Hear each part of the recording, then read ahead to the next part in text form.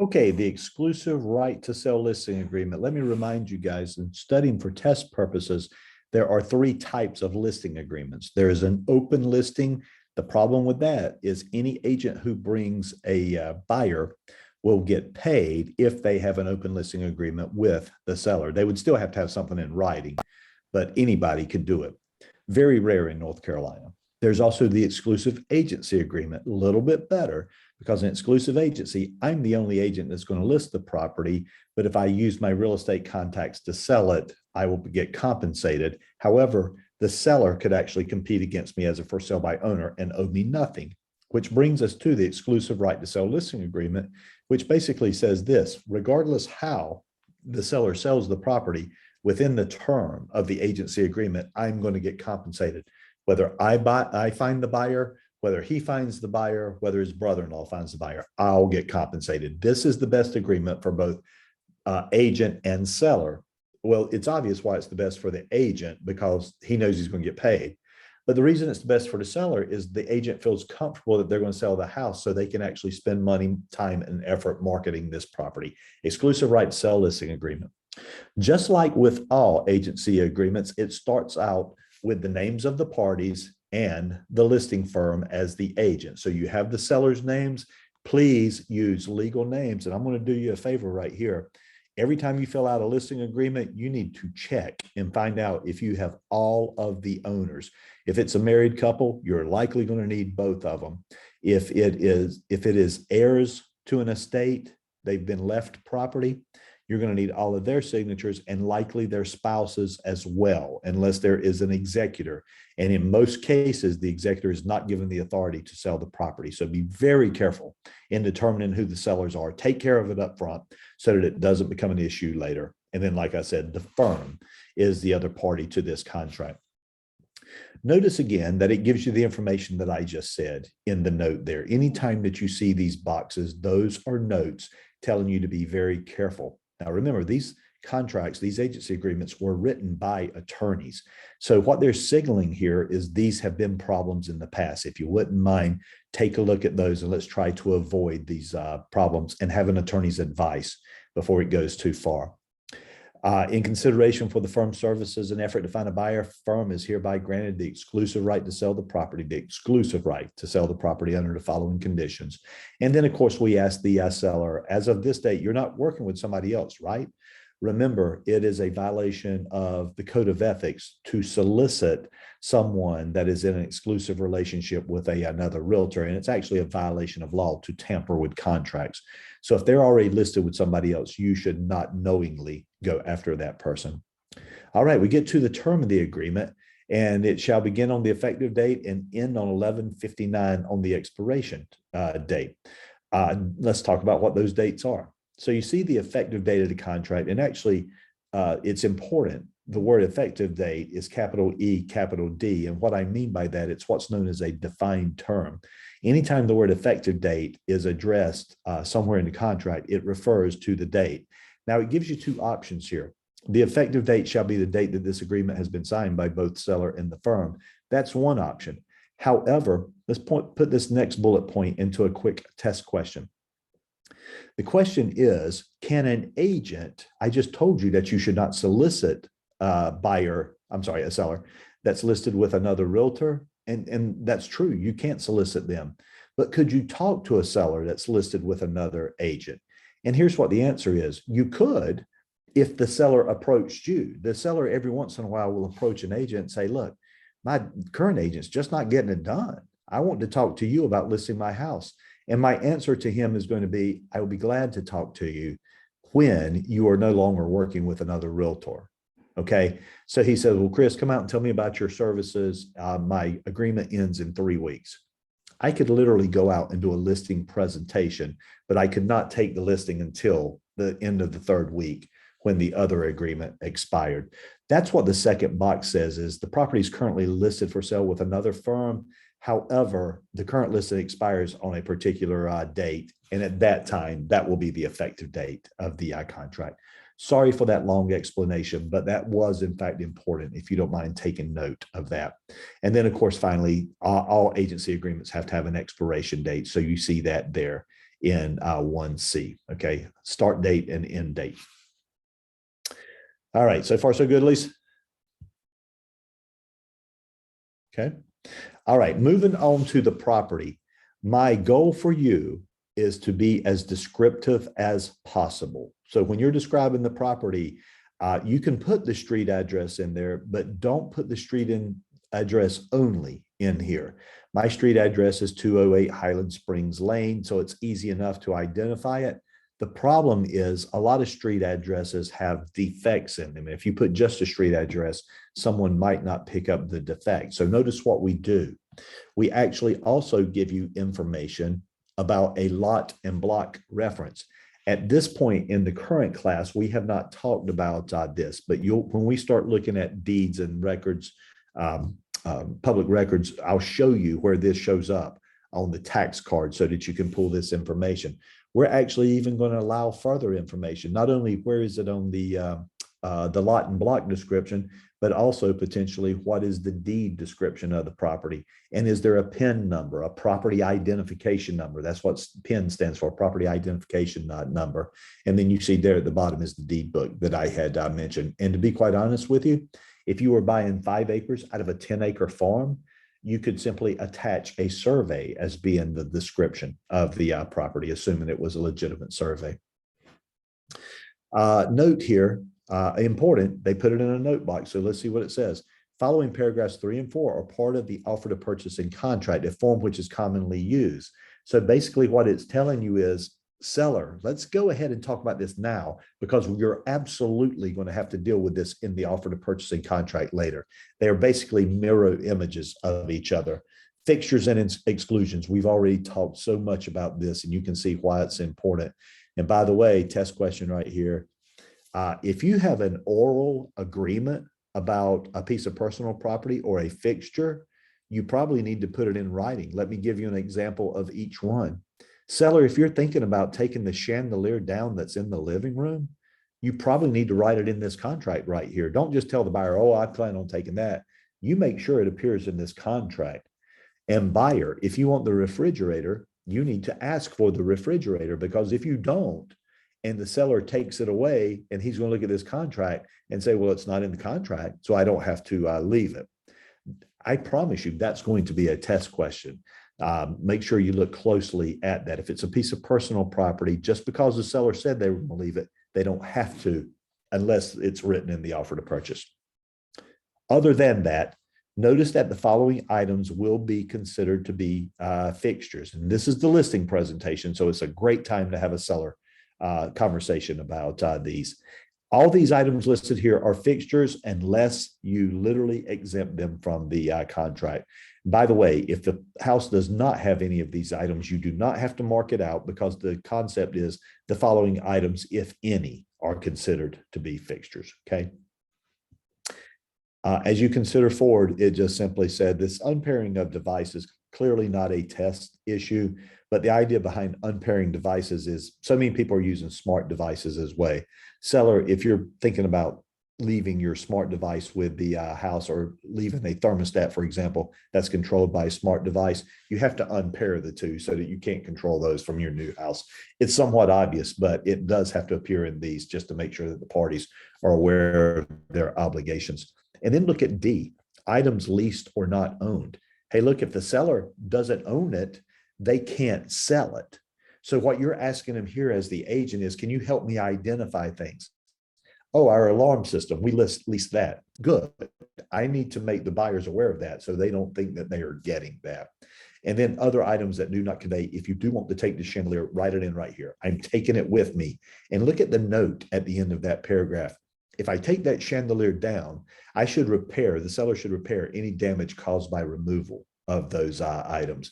This is probably the most important part of the contract so far, where we're just helping the seller understand and identify fixtures and personal property. Seller, if you plan on leaving personal property, you can write it in here.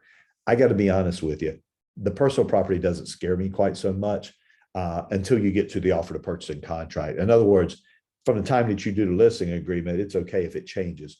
But in the offer to purchase contract, it needs to be done correctly to make sure everybody's rights are protected. Okay. Next paragraph, home warranty, more important for in the field, but we're literally asking the seller here, would you like to get a home warranty, seller? How do you want to pay for it? Do you want to pay for it now, or do you want to pay for it at closing? Or do you want the buyer to pick it out and then you pay for it at closing? So anyway, in the field, you'll be taught how to deal with that, right? Important paragraph here. Here's why this is important paragraph. Agency agreements, just like any contract, the essential terms must be spelled out. Well, is there anything more essential than the list price? I mean, clearly, this is an important term. I'm listing the house for $450,000. Do not leave this blank. I gave an example in class the other day how sellers will sometimes say things like, well, let me sleep on it and I'll decide whether it's going to be 450 or 470. Let me talk it over with my spouse and see which way we're going to go on that. Until there is a number there, this is not a valid listing agreement. They could clearly walk away from it. Then also on the list price, be careful to determine the following things. Does it even qualify for some of these financing? Cash, FHA, VA, once it reaches a certain price, it might be getting a little bit pricey for FHA and VA. Maybe not, just check with your lenders. USDA is what we call a rural development loan, rural, RURAL. So in other words, if you're in downtown Raleigh or Cary, you're not going to be able to even get a USDA loan. And let me even go back to FHA and VA for just a moment. There are some properties that are in such disrepair that they would not even qualify for FHA and VA. So when I'm listing this property, I need to figure that out, because when I disclose it to a buyer agent, they need to be able to act accordingly. In other words, if it doesn't qualify for FHA, don't bother making me an FHA offer. Okay. Firm's compensation. We doing okay so far, Lisa? Is the pace okay, or did I miss anything? Good, I think. Okay. Firm's compensation. This is clearly going to be important. In regards to compensation, the seller agrees to pay firm a total of 6%. Please don't quote me on that, because remember, I can't suggest to you that there is a standard price for these listings, but most people do get paid 1% of the sale price. However, notice what the second blank says there, or blank, or $5,000. If I sell your house for $200,000, I make $5,000. If I sell it for $195,000, I make $5,000. Either of those is an absolutely legitimate way to be compensated. You just fill it out according to the negotiations with your seller. Now, let's be honest, and let's just deal with, in this paragraph, let's just deal with the things that are going to be important for test purposes. Let me remind you, when it comes to being compensated by the seller, what we actually have agreed to is not that we as the agents are going to sell the property. We can't sell the property. We don't own the property. So what we've actually agreed to is that we will make an effort to procure buyers. And when we've done that, look at 7B1. If a ready, willing, and able buyer is procured by the firm, a cooperating real estate firm, the seller, or anyone else during the term of this agreement at any price or at the price or on the terms set forth herein, or at any price upon terms acceptable to the seller. What we set up there are two conditions. If I bring a ready, willing, and able buyer that makes an offer at the terms that we have in the listing agreement, I've earned my compensation. If he brings in lesser terms and the seller accepts it, I've earned my compensation. So notice that there is a difference between when a listing agent earns their compensation at that point that we just talked about, and when they get paid. Oftentimes they don't get paid till closing, but it doesn't change the fact that I've earned my compensation there. Why is this important? If the seller goes under contract and then changes his mind and said, we decided we love our house, we just decided that we're going to save. First of all, he's probably going to get sued by the buyer. But secondly, he's also going to get sued by me, because I brought him a ready, willing, and able buyer that he accepted, and then he breached the contract. So he's going to owe me a commission because I earned the commission when I did what I said I was going to do. I don't want to dwell on it here, but 7B3 is the seller side version of the protection period that I talked about in the buyer agency agreement as well. I usually put about 90 days in there, and the only buyers that it protects me on are buyers who come back after the termination of the agency agreement, who I had introduced to the home during the term of the agency agreement. And that assumes that the seller did not relist with another agent. So very, very tight window that we're talking about there, but you need to be familiar with the language of the protection period clause. There is one other piece here that is interesting from test standpoint, but again, I don't want to belabor it for anything else, but I do want to tell you the testable point about this. Look at the transfer of interest in a business entity. If you get a test question on this, it'll probably look something like this. There are three people that own this property. Maybe they're tenants in common or something to that effect. And the offer on the table is for $300,000. Well, two of the tenants in common say, nope, I'm not going to accept it. Nope, I'm not going to accept it. Well, the third one may say, I would clearly take $100,000 for my 1/3 interest. And if they end up selling that 1/3 interest, I, the agent, am entitled to be compensated. Now, what? Not for the 300,000, but for the $100,000 that's sold. That's roughly the interpretation of the transfer of interest in a business entity. Whether you sell it all or sell a portion of it, the agent has done at least part of their obligation. Provision 8 of this contract is very important in the field, and for test purposes, it's important that you've seen this. But remember, as a listing agent, I'm often going to receive, and again, I'll use 6% out of just the simplicity. But this is the part where I tell the seller, say, well, listen, I am going to, you're going to pay me 6%, but I don't get to keep that whole 6%. I'm going to split half of it and I'm going to give it to the other party. So in these boxes here, you're just asking the seller, is it okay if I work with seller sub-agents? Is it okay if I work with buyer's agents? Is it okay if you give me the right to compensate based on some other form? You could check that third box. In residential real estate, I have never seen the third box checked. Most of the time, it's the second box where most sellers say, it's okay to work with buyer's agents. And I understand that you're going to split your commission with them. And I understand you're going to give them X amount. That's usually the one that's completed. Okay, a little more complicated in the field, but let's not dwell on it any longer. I would like for you to read this paragraph when you have time. The firm's duties here, it actually goes into detail about what firms actually do and what they don't do. Or when I say what they don't do, it's kind of implied that because I do these things, there are some things that I'm not expected to do. For example, 9A, I'm going to use my best efforts to find a buyer. I'm not promising you I'm going to find a buyer. I'm saying I'll use my best efforts to find a buyer. Hey, look, I have to disclose material facts. If there's something wrong with this house, seller, I have to disclose it, not because I want to, but because I'm obligated to. That's B and C right there. Other professional services, we mentioned this in the buyer agency agreement. I'm not an HVAC technician. I'm not a structural engineer. If you need those people, seller, you need to be prepared to pay those. And then provide an agreement to the listing service. Because we work with the MLS, I'm obligated to turn this over to the MLS. Once I take the listing, I put it in the MLS.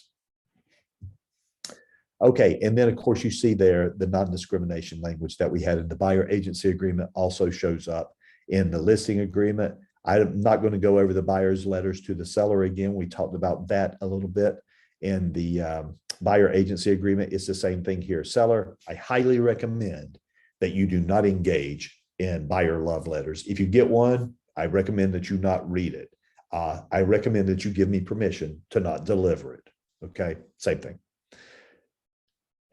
Okay. Talked about a lot of stuff there. Let me catch my breath for just a minute. Lisa, do you have any questions so far? Remembering, of course, our relation-backed doctrine to rules of agency agreements. What agency agreement rules have you already seen in the early part of this contract? Well, it had a beginning date and an expiration date. We just had our non-discrimination language in there. Yeah. Yeah.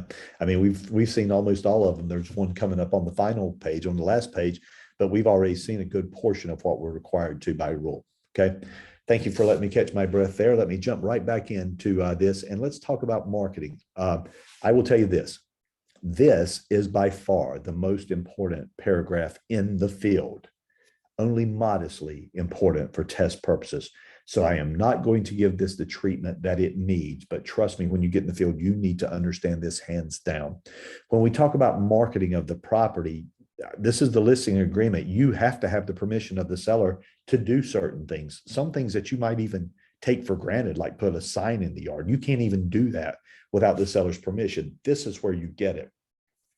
And one of the things that's big in the field today is about when do I start marketing the property? There are different strategies. And I want you to notice the note in blue, and let me tell you why it's there. It is typically in the best interest of most sellers to get the highest possible price on the best terms for the property, and maximizing exposure of their property advances that interest. Now, why is that warning there? It's because sellers have options. Sellers have options. So let's take a look at what the first option is. The first option is we put it in the MLS, we put it everywhere, we public market this property because we want to get as much exposure as possible. That is by far the most common option. Having said that, as you read down from there, it tells what you're going to do when you publicly market the property.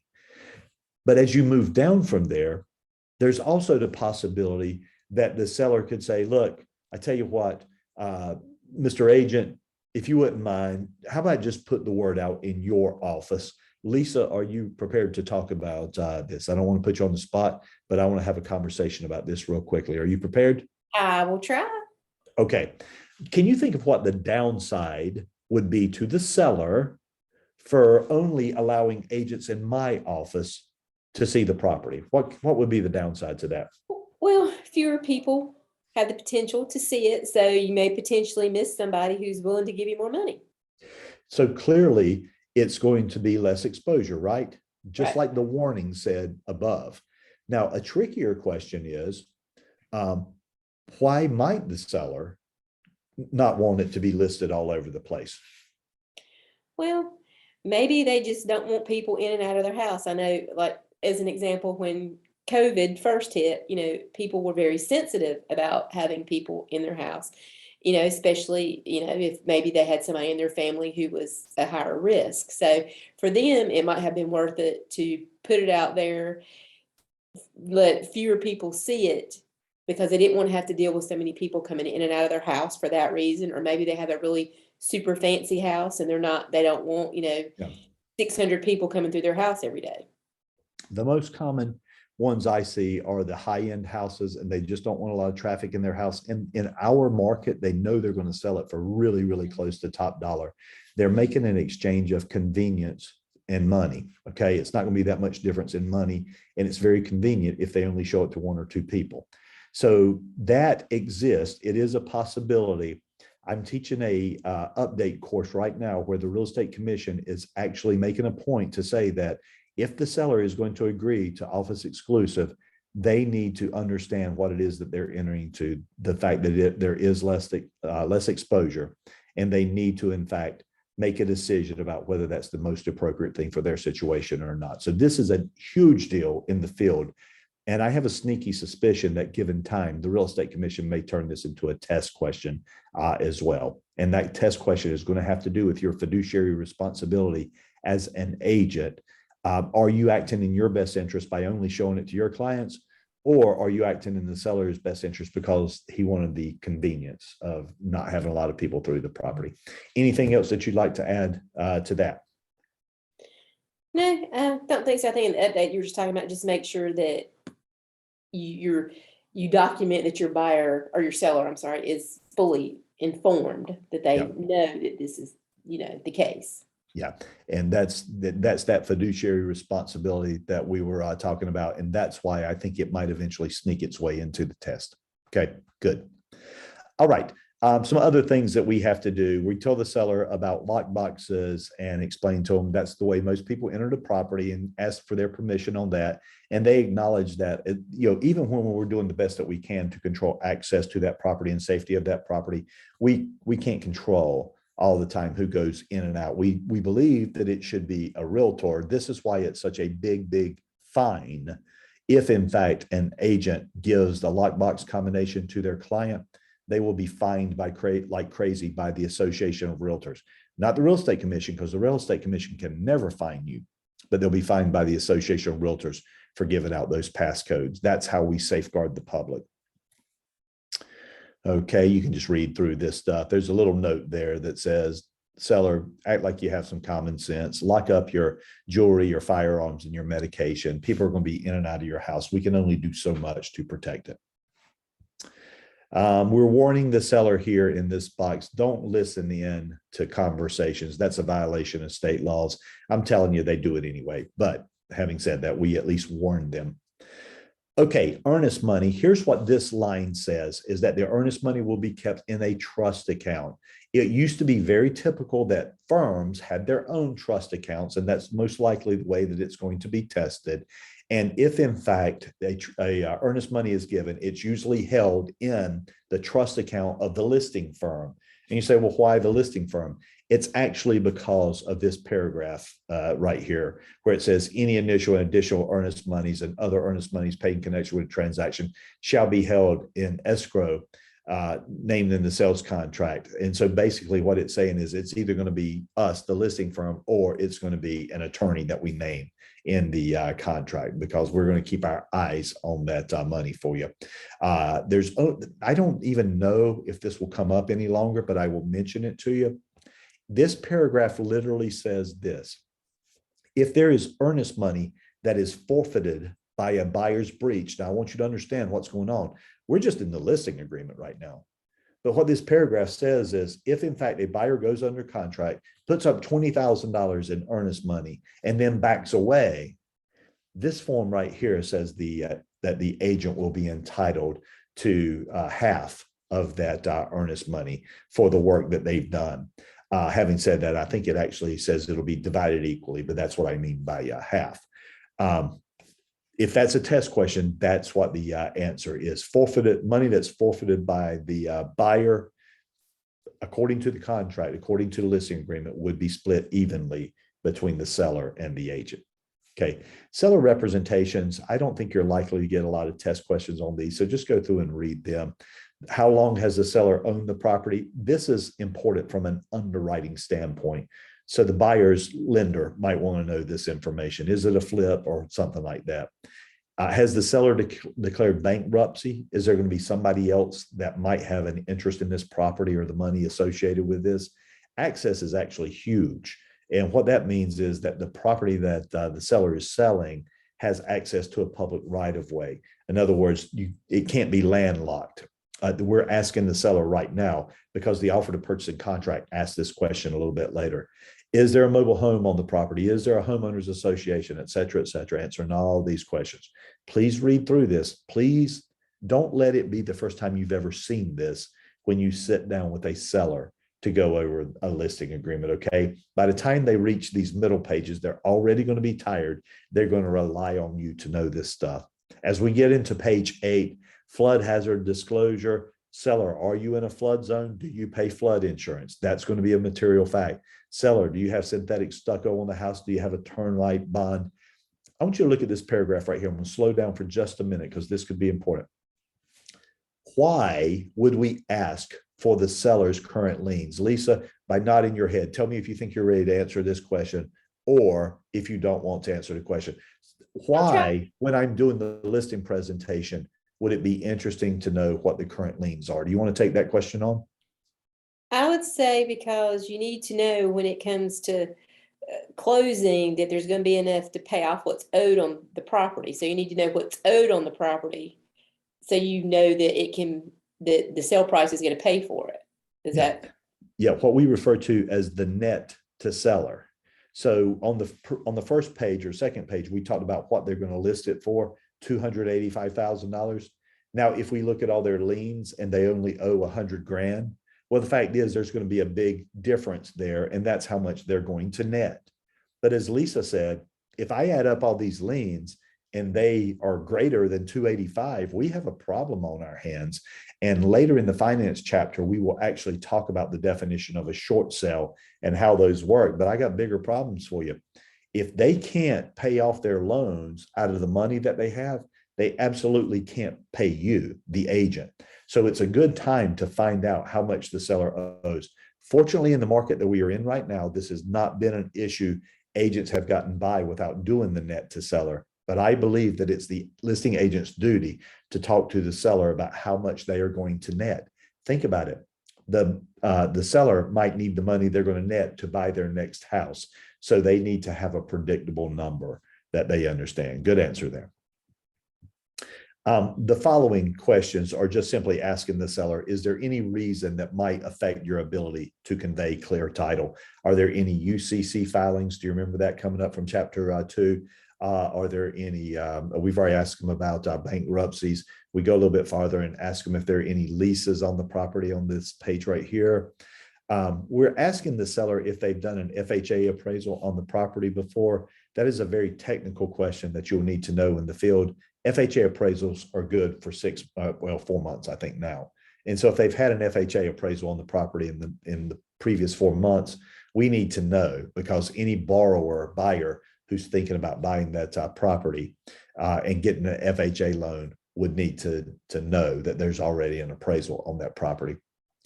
Are there any special assessments? Now, let me slow down here for just a moment. We're going to identify special assessments. However, let me remind you the important part for test purposes. We're going to look at the difference between confirmed special assessments, which means they actually exist, and proposed special assessments. Here's the difference. A confirmed special assessment, I don't care when it was confirmed, but if it was done before closing, it could be 1 day before closing, it could have been a year before closing. But if there's a confirmed special assessment on the program, according to this, on the property, according to this contract, the seller is responsible for paying that. The buyer takes the property subject to proposed special assessments. However, agents should treat it as a material fact. Hey, buyer, you're buying this townhouse complex, this townhouse complex. You need to know that they're getting ready to do a re-roofing project, and it's going to cost every homeowner $1,000 special assessment. Okay, that would be a material fact. Confirm versus proposed, you need to be aware for test purposes how those are treated. Man, in the field, fuel tanks, big deal. If there's a fuel tank on the property or a buried fuel tank, you need all the research you can on that. I'm not going to dwell on it for this class. It's a much longer project, and it's more important in the field. Seller's duties. Let me remind you on seller's duties that they should make the place accessible. They should provide you with information regarding restrictive covenants, bylaws, et cetera, et cetera. But I want you to look at 13A, 1 through 3 there. And basically what we're saying is part of you cooperating seller is completing the RPOD, the mineral oil and gas rights disclosure, and if appropriate, lead-based paint. If you've not watched the lead-based paint video yet, if the house was built before 1978, you're going to have a lead-based paint addendum attached. If it wasn't, then you would probably only have numbers 1 and 2. But my point is, the seller has duties. This is a contract between the firm and the seller. The seller has duties to help sell this house, make this house more sellable, so I can collect compensation off of it. A little bit later, we'll talk about the concept. You see the word general warranty deed there in big letters. We will talk in a later chapter about the importance of a general warranty deed. For right now, what I'm going to tell you is that the seller is responsible for delivering title under a general warranty deed that is fee simple marketable title. In other words, there should be nothing wrong with this title that's going to affect my ability to sell the property at an advantageous price in the future. We'll go into that more deeply in the offer to purchasing contract. Home inspection, recommend a home inspection to your seller. They may refuse it or not. It's, they can do whatever on that. This is not a requirement of the contract. Photographs and materials. I'm going to take photos of your house and I'm going to make them publicly available. Let me know if you don't want me to put those in any particular venues. As it turns out, when you put them into the MLS, they're pretty much going all over the place anyway. So be very judicious about taking pictures. I'm not worried about it for test purposes. Would it be okay with you guys if I just suggested to you that dual agency in this agency agreement is the exact same as it was in the buyer agreement, except the word seller and buyer are interchanged, okay? But it's the exact same thing. Hey, seller, would you agree with dual agency if it comes up? Let me explain dual agency to you. And again, this form does an amazing job of explaining dual agency. And then as Lisa told us in the earlier video, if the seller if the seller's okay with dual agency, he should initial the top part. If he doesn't want dual agency, he should initial line number 2 here. Having said that, if he lists with my firm and says he wants exclusive representation, I would honestly have to ask the seller, or do you understand what you're saying? Because my firm has a couple of hundred agents. And so you just said that none of them can show your house. So most of the time, the sellers are going to be okay with dual agency, especially if they could get designated agency. And let me remind you, you can't have designated agency without dual agency. Okay. Continuing forward, let's mediate before we sue each other. If in fact there are some disputes here, not a big deal. And then we get into the wire fraud description. Again, we think it's a big deal. All agency agreements, all contracts, big red box. Okay, this is in fact important. And then of course, you're going to get down to the final page here. This is the entire agreement. We talked about changes and terminations only if it's signed by all parties, and then the signatures. And let me remind you one last time, you need all signatures of people that are necessary to convey clear title on that. If it's husband and wife, get both of them. Even if they don't own this tenancy by the entirety, remember that the non-titled spouse might have a marital right in the property. So it would be best to get them on the listing agreement, and then of course on the offer to purchase and contract at the appropriate time. Don't forget, if it's an entity, make sure you get the appropriate person. If it's an LLC, you're going to need a manager. If it's a corporation, you're going to need the signature of an officer. If it's a partnership, it's going to need to be a general partner. If it's a trust, it's going to be a trustee. Make sure you're dealing with the person that has the authority to do so. And you know what? Every time I get one of these, I always run it by an attorney to start with, say, do these documents look legit? Who am I going to be dealing with in this particular case? If I wanted to ask you a really dirty question on the exam that was hard in relation to this, it would sound something like this. Here's the problem. You're dealing with an LLC that did not pay their annual report. They did not renew and pay their fees under the annual report. Well, the problem is that LLC is administratively dissolved. Well, if you start doing some research and you realize that's the case, you're no longer dealing with an LLC. You're going to have to go to an attorney and say, who can sell this property? It's going to be a mess. Okay. So that's why you get an attorney involved earlier, just to make sure. It's usually not an issue, but we want to eliminate issues before they become a problem. Finally, you're signing for the firm. Remembering, of course, you put the firm name here. That's who the agent is. You're going to sign on behalf of the firm, and you put your license number there. And Lisa, finally, for one last question on this, why is it that you're putting your license number as an agent on the final page of this form? Because you said so. Because I said so. It wasn't me that said so. The commission. The commission said so. Is that what you said? Yeah. The commission said so. That is, all agency agreements must have the agent's license number on as well. And can you think of anything I missed in the listing agreement that we would need to come back and say? The only thing that popped into my mind is when you were talking about the money being split, it's earnest money. It's just the earnest money, right? We're That's not talking correct. about due diligence money, just earnest money. I just want to clarify that. Yeah, good point. When we get to the offer to purchase and contract, we'll dig a little bit deeper on that. But what Lisa says is correct, is that earnest money goes into a trust account. The due diligence money goes directly to the seller, and the buyer does not get that back. I don't even think the due diligence money is addressed here, because that's a payment from the buyer to the seller to give the buyer time to do their diligence. Earnest money is safeguarded within trust, and that's why we can work those rules. Great point. All right.